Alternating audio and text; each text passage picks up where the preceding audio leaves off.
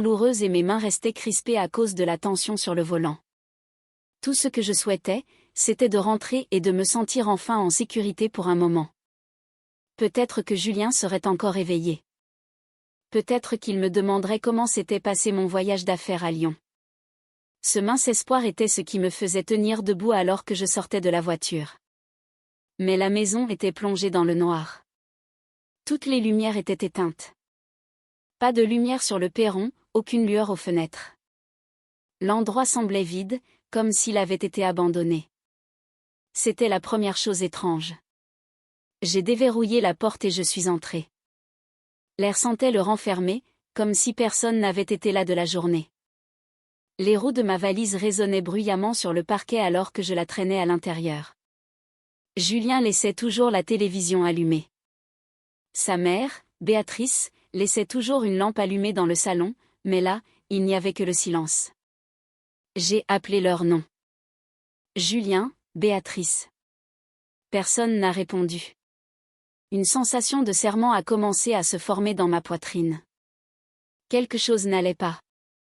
Je m'appelle Céline Martin. J'ai 38 ans et je travaille dans l'audit financier à la Défense. C'est moi qui payais la majeure partie des factures dans cette maison. C'était moi qui faisais tout fonctionner. Et pourtant, à ce moment-là, debout dans le salon sombre, je me sentais comme une étrangère dans ma propre vie. J'ai marché vers la cuisine, espérant voir au moins un signe de leur présence. C'est là que j'ai remarqué une feuille de papier blanche posée sur la table, maintenue par une salière. Mon cœur a commencé à battre plus vite quand je l'ai saisie. Je n'avais aucune idée que ce petit morceau de papier allait détruire tout ce que je pensais savoir sur mon mariage et ma famille. J'ai ramassé le papier et j'ai immédiatement reconnu l'écriture brouillonne de mon mari, Julien. À côté, il y avait l'écriture pointue et soignée de sa mère, Béatrice. Ils avaient tous les deux signé comme si ce qu'ils disaient était parfaitement normal. Le message était court mais glacial. Ils disaient qu'ils avaient besoin de vacances pour se vider la tête. Ils disaient qu'ils étaient partis ensemble et qu'ils ne répondraient pas au téléphone. Et tout en bas, presque comme une réflexion après coup, il était écrit que je devais m'occuper de la vieille femme dans la chambre du fond. Cette vieille femme était la grand-mère de Julien, Marguerite Le Gall. Mes doigts se sont mis à trembler en relisant ces mots. Il n'avait pas demandé comment elle allait. Il n'avait laissé aucune instruction pour la nourriture ou les médicaments. Ils étaient simplement partis et l'avaient laissé derrière eux comme un meuble cassé. J'ai ressenti une douleur aiguë dans ma poitrine. Un mélange de peur et de colère est monté si vite que j'en ai eu le vertige. Marguerite avait subi un AVC il y a 3 ans. Elle pouvait à peine marcher. La plupart du temps, elle ne parlait pas. Elle dépendait des autres pour tout. Et maintenant, elle avait été laissée seule. J'ai regardé l'heure sur mon téléphone. Il était presque minuit. Cela signifiait que Julien et Béatrice étaient partis depuis presque 2 jours entiers. 2 jours sans eau. 2 jours sans nourriture. 2 jours sans aide. J'ai lâché ma valise et j'ai couru dans le couloir vers la chambre du fond. Mes jambes me semblaient lourdes, mais mon cœur s'emballait. J'étais terrifiée par ce que j'allais trouver. En atteignant la poignée de la porte, une pensée terrible se répétait dans mon esprit. Et si j'arrivais déjà trop tard? J'ai poussé la porte et une odeur fétide m'a frappée immédiatement. La chambre était petite et sombre, sans fenêtre ouverte ni air frais. Ça sentait la sueur, les draps sales et quelque chose de bien pire. Mon estomac s'est noué. Au centre de la pièce se trouvait un lit étroit. Marguerite Le Gall y était allongée. Elle ne ressemblait plus du tout à la femme dont je me souvenais. Sa peau était sèche et pâle. Ses lèvres étaient gercées. Sa poitrine se soulevait par à-coups, avec une respiration superficielle et irrégulière. Pendant un instant, j'ai cru qu'elle était déjà partie. Je me suis précipitée à ses côtés et j'ai touché sa main. Elle était froide. Trop froide. Mon Dieu, ai-je chuchoté. J'ai couru à la cuisine, j'ai rempli un verre d'eau tiède et j'ai pris une cuillère. Je suis revenue et j'ai délicatement soulevé sa tête, faisant couler de petites quantités d'eau entre ses lèvres. Au début, elle n'a pas réagi. Puis, elle a toussé faiblement et a avalé. J'ai continué à lui donner de l'eau lentement, de peur de lui faire du mal. Des larmes coulaient sur mon visage alors que je la regardais boire comme quelqu'un qui venait de traverser un désert. Après cela, j'ai apporté une serviette et j'ai nettoyé son visage et ses mains. J'ai changé ses vêtements en utilisant les plus propres que j'ai pu trouver. Chaque mouvement que je faisais me semblait urgent et douloureux. Je pensais sans cesse à la même chose. Comment Julien avait-il pu faire ça? Comment Béatrice avait-elle pu faire ça? C'était leur propre famille. Alors que je m'activais, la culpabilité me broyait le cœur. J'étais partie en voyage d'affaires pour gagner l'argent qui finançait cette maison. L'argent qui payait le train de vie de Julien. L'argent qui était censé aider à prendre soin de Marguerite. Et pendant mon absence, il l'avait laissée mourir. Je me suis relevée, prête à appeler les secours.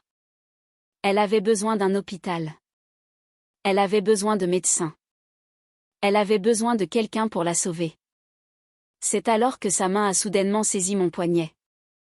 Je me suis figée quand j'ai senti sa poigne se resserrer autour de mon bras. Ce n'était pas faible.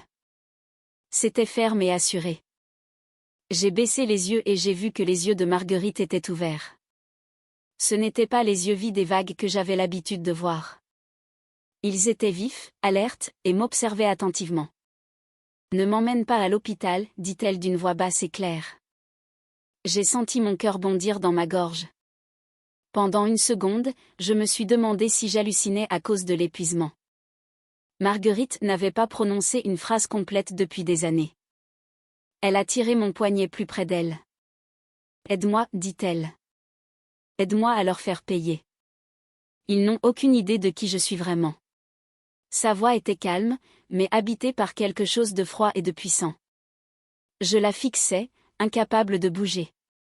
Ce n'était pas la femme fragile que tout le monde pensait voir s'éteindre lentement. C'était quelqu'un de parfaitement lucide. Elle m'a dit de verrouiller la porte et de fermer les rideaux. Je l'ai fait sans réfléchir, les mains tremblantes. Puis elle a pointé du doigt le coin de la chambre, vers la vieille commode qui contenait ses vêtements. « Déplace-la, dit-elle. » J'ai hésité, mais le regard dans ses yeux m'a fait obéir. J'ai poussé la commode et j'ai vu une petite section du plancher qui semblait différente du reste. « Soulève cette planche, dit-elle. » Je me suis penchée et j'ai utilisé ma clé de maison pour faire levier. Ce que j'ai trouvé dessous allait tout changer. Sous la planche amovible se trouvait un espace étroit et caché. À l'intérieur reposait un petit coffret en bois, ancien mais soigneusement ciré. Il semblait totalement déplacé dans cette petite chambre sale. Marguerite m'a dit de le lui apporter. Mes mains tremblaient alors que je soulevais la boîte pour la poser sur ses genoux. Elle l'a ouverte avec des doigts lents mais assurés. À l'intérieur se trouvaient plusieurs petits flacons remplis d'un liquide sombre et quelques pilules d'apparence étrange. Sans hésiter, elle a pris un flacon et en a bu le contenu. Elle n'a même pas utilisé d'eau. J'ai essayé de l'arrêter, mais elle a levé la main. « Attends, dit-elle. » Pendant quelques instants, rien ne se passa. Puis sa respiration commença à changer. Elle devint plus profonde, plus forte. Les couleurs revenaient lentement sur son visage. J'ai regardé avec incrédulité alors qu'elle s'asseyait seule sur le lit. Son dos s'est redressé, ses épaules se sont redressées. La femme faible et brisée disparaissait sous mes yeux. J'ai reculé, stupéfaite. Elle m'a regardé et a esquissé un léger sourire. « Merci, dit-elle. Maintenant, tu vas voir la vérité. » Elle s'est levée et a marché vers le mur. Derrière un vieux calendrier se trouvait un petit interrupteur caché. Lorsqu'elle a appuyé dessus, un léger bruit mécanique a rempli la pièce. Une partie du mur a glissé lentement. Derrière se trouvait un espace brillamment éclairé, rempli d'écrans, de câbles et de panneaux de contrôle. On aurait dit quelque chose sorti d'un film. « C'est d'ici que je surveille tout, dit-elle. » J'ai senti mes jambes flageoler en la suivant à l'intérieur. J'allais apprendre ce qui s'était réellement passé dans ma propre maison quand je n'étais pas là. La pièce derrière le mur était froide et lumineuse. Plusieurs écrans couvraient le mur du fond, chacun montrant une partie différente de la maison, le salon, la cuisine, le couloir, et même le jardin de devant. Marguerite s'est assise dans un fauteuil devant les moniteurs comme quelqu'un qui avait fait cela de nombreuses fois. Elle a cliqué sur un bouton et l'un des écrans s'est rempli d'un enregistrement datant de plus tôt le matin même. J'ai vu Béatrice assise sur le canapé en train de manger des biscuits apéritifs et de regarder la télévision. Dans un coin de l'écran, Marguerite était dans son fauteuil roulant, silencieuse et immobile. Puis Béatrice s'est levée. Son visage était plein d'irritation. Elle s'est approchée de Marguerite et a donné un coup de pied violent dans le fauteuil roulant. J'ai eu un haut-le-cœur en voyant le corps de Marguerite tressauter sous l'impact. Béatrice s'est penchée et lui a crié dessus.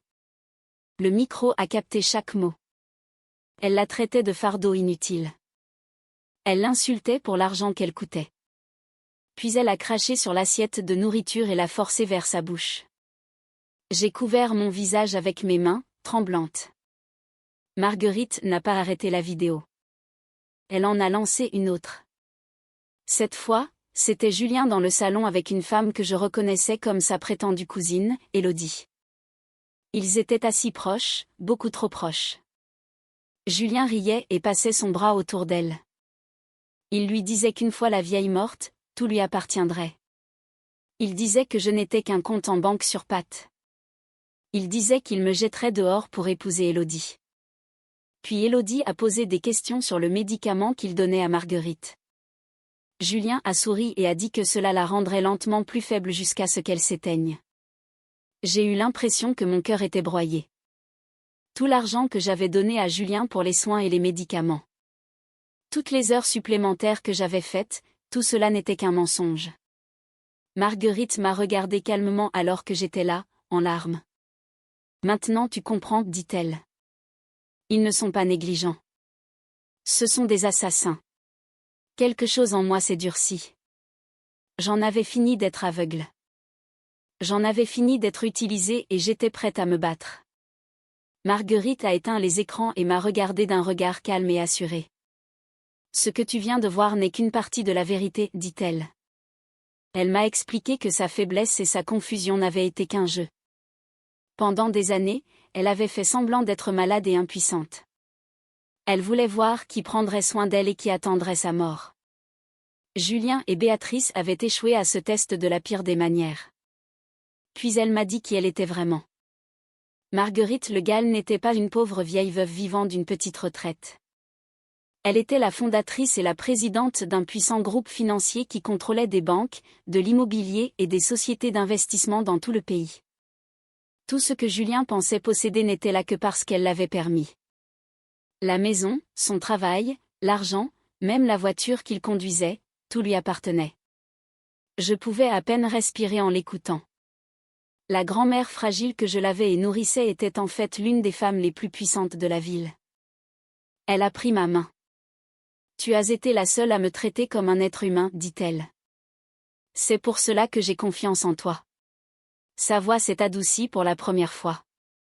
Je veux que tu m'aides à en finir, dit-elle. Ils ont essayé de me tuer. Ils ont essayé de t'utiliser.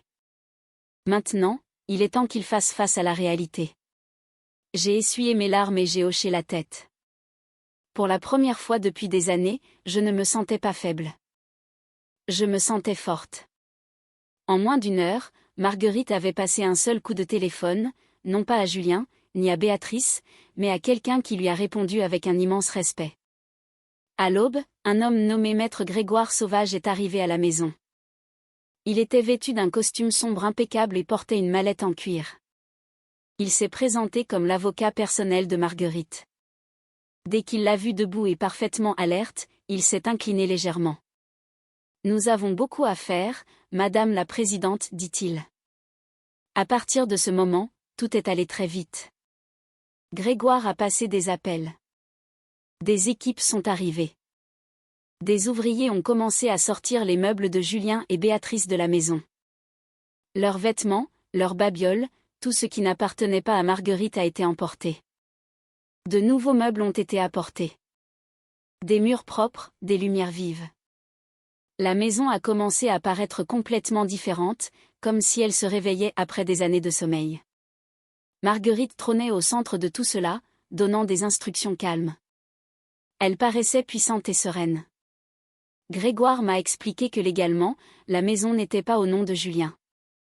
Elle appartenait à une fondation que Marguerite contrôlait. Julien et Béatrice n'avaient absolument aucun droit dessus. Cela signifie qu'ils n'ont nulle part où revenir. Mon téléphone a vibré. Marguerite a fait un signe de tête vers l'appareil.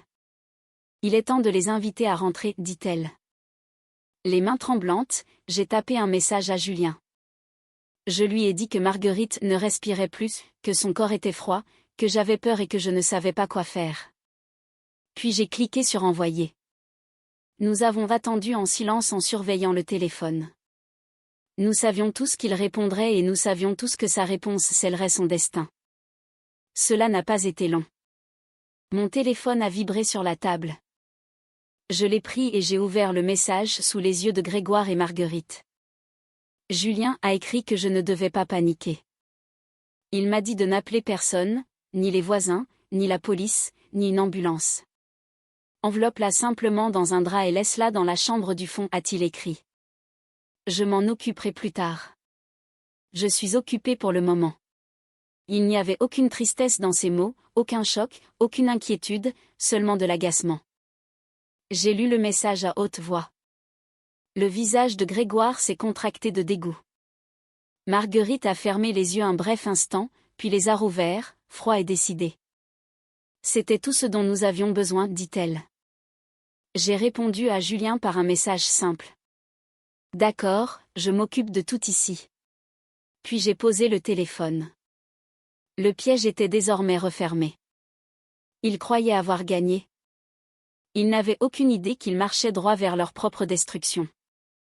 Cette nuit-là, la maison était à nouveau plongée dans l'obscurité. Les nouveaux meubles, les sols polis, les rideaux élégants étaient tous cachés dans l'ombre. Seules quelques petites veilleuses brillaient discrètement dans les coins. Marguerite était assise dans un grand fauteuil dans le salon. Elle ne ressemblait en rien à la vieille femme malade qu'ils avaient laissée. Elle était vêtue d'un tailleur simple mais élégant, ses cheveux argentés soigneusement coiffés.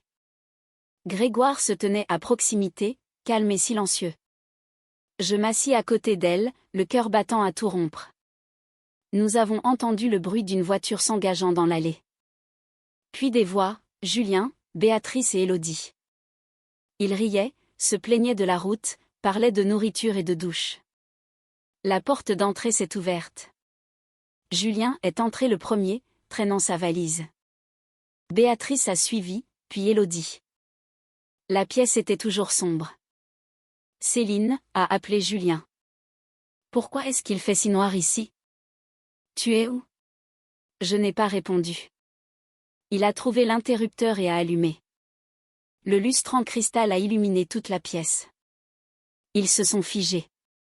Leurs yeux ont parcouru les sols brillants, les nouveaux meubles, les grandes fenêtres, pour finalement se poser au centre de la pièce. Marguerite était assise là, calmement, tenant une tasse de thé. Deux hommes imposants en costume noir se tenaient derrière elle. Béatrice a hurlé et a lâché ses sacs. Élodie a reculé sous le choc. Le visage de Julien est devenu livide. Grand-mère, a-t-il chuchoté. Qu'est-ce que c'est que ça? Marguerite a lentement posé sa tasse. Si j'étais vraiment morte, dit-elle, tu serais déjà riche. Mais me voilà. Julien s'est tourné vers moi avec panique.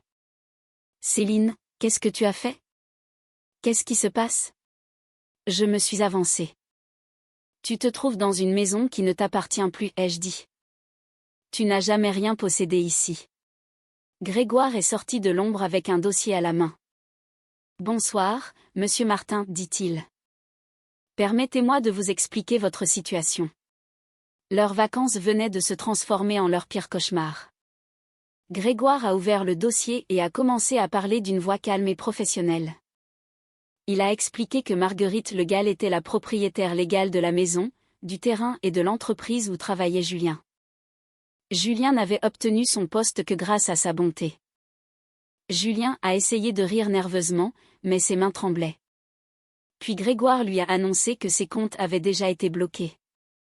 Son entreprise avait mis fin à son contrat. Ses cartes de crédit étaient annulées. Julien a sorti son téléphone et a fixé l'écran avec incrédulité alors que les notifications apparaissaient les unes après les autres. Licencié. Compte bloqué. Accès refusé. Béatrice s'est mise à pleurer. Élodie s'est lentement éloignée de Julien. Marguerite les regardait sans émotion. « Vous m'avez laissé mourir, dit-elle. Vous m'avez empoisonné. Vous m'avez volé. Maintenant, vous allez faire face aux conséquences. » La porte sur le côté de la pièce s'est ouverte. Des officiers de police sont entrés. Julien est tombé à genoux. Béatrice a hurlé.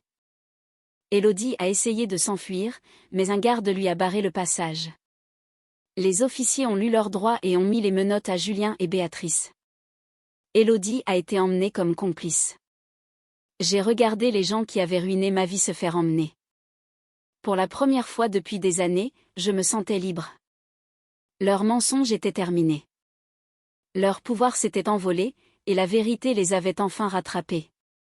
3 mois plus tard, le monde était très différent pour nous tous. Julien et Béatrice ne vivaient plus dans cette maison confortable. Ils n'avaient plus d'argent, plus de voiture, et personne pour les aider. Leurs visages sont apparus dans les journaux locaux comme suspects dans une affaire de maltraitance de personnes âgées et de crimes financiers. Ils ont été libérés sous caution en attendant leur procès, mais leur vie s'était déjà effondrée. Je les ai vus un après-midi alors que je conduisais en ville. Ils étaient assis sur des cartons devant un magasin fermé, portant des vêtements sales et se disputant pour une petite boîte de restes de nourriture. Ils semblaient plus vieux et plus faibles, rien à voir avec les personnes qui contrôlaient autrefois ma vie. Julien a vu ma voiture et a essayé de courir après moi. Il a crié mon nom et a supplié pour mon pardon. Je ne me suis pas arrêtée. Je n'ai pas regardé en arrière. La femme qui pleurait autrefois avant de s'endormir avait disparu. À sa place se trouvait quelqu'un qui connaissait enfin sa propre valeur. Parfois, la justice n'arrive pas lentement. Parfois, elle arrive d'un coup et change tout. 1 an plus tard, le juge a finalement rendu son verdict. Julien a été condamné à 12 ans de prison pour tentative de meurtre, maltraitance aggravée et crimes financiers. Béatrice a reçu 10 ans pour son rôle dans l'empoisonnement et la négligence. Élodie, qui avait témoigné contre eux, a évité une longue peine mais a tout perdu. Je n'ai pas ressenti de joie en entendant le verdict. J'ai ressenti quelque chose de plus calme et de plus profond. Une page tournée. Marguerite Le Gall vivait désormais paisiblement dans une magnifique demeure entourée de personnes qui tenaient réellement à elle. Sa santé s'était améliorée, non pas grâce aux médicaments, mais parce qu'elle était enfin en sécurité. J'avais pris la direction de sa fondation, qui aidait les seniors abandonnés et les familles en difficulté. Je ne faisais plus que survivre. Je construisais quelque chose de significatif. La douleur du passé n'avait pas disparu, mais elle ne me contrôlait plus. Certaines blessures se transforment en sagesse. Certaines trahisons se transforment en force, et certaines fins sont réellement de nouveaux commencements. Marguerite et moi nous asseyons souvent ensemble dans le jardin maintenant, buvant du thé et regardant la lumière du soleil caresser les fleurs. Parfois, elle me raconte des histoires de sa jeunesse. Parfois, nous restons assis en silence. Les 2 moments sont tout aussi paisibles. Un après-midi, elle a pris ma main et m'a remercié d'être revenue cette nuit-là. Elle a dit que si je n'étais pas rentrée à ce moment-là, son histoire se serait terminée très différemment. Je lui ai dit la vérité, que l'aider m'avait aussi sauvée.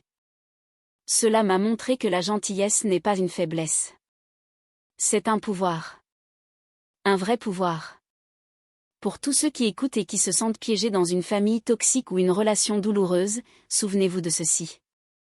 Vous n'êtes pas impuissant. Vous n'êtes pas invisible et vous méritez le respect.